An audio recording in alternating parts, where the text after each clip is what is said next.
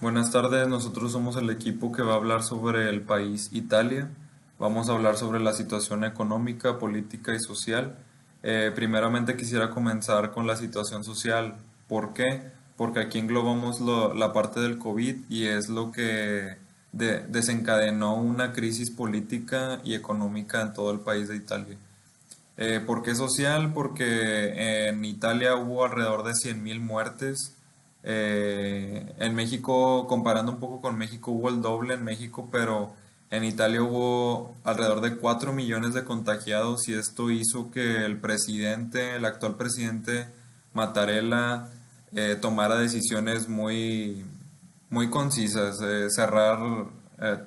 cierre total de comercios, industrias, turismo, las fronteras cerradas, etcétera.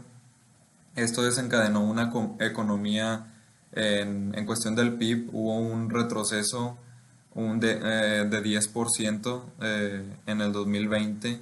Ha sido la mayor cantidad de decremento en PIB alrededor de 10 años en Italia. Em, Eso fue lo más relevante que encontramos en economía. En política es donde está aún más crítico, ya que la disolución de los partidos políticos actuales en el Parlamento hizo que el primer ministro de Italia renunciara, ya que no contaba con el voto de confianza del Parlamento. Eh, es por ello que ahorita está la situación política de Italia está muy tensionada, ya que las oposiciones, los partidos políticos de oposición están divididos y esto todo debido a las tomas de decisiones que se tenían en base a la contingencia del COVID.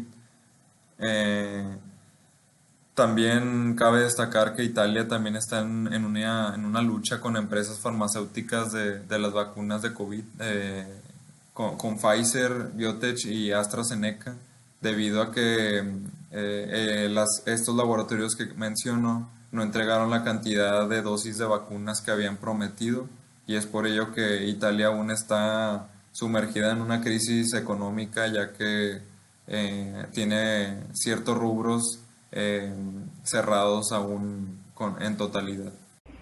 En la cuestión social de Italia, vemos primordialmente las noticias en base al coronavirus, siendo que Italia fue un país de los más afectados con mayor número de muertes y afectados dentro de los mismos y últimos meses teniendo.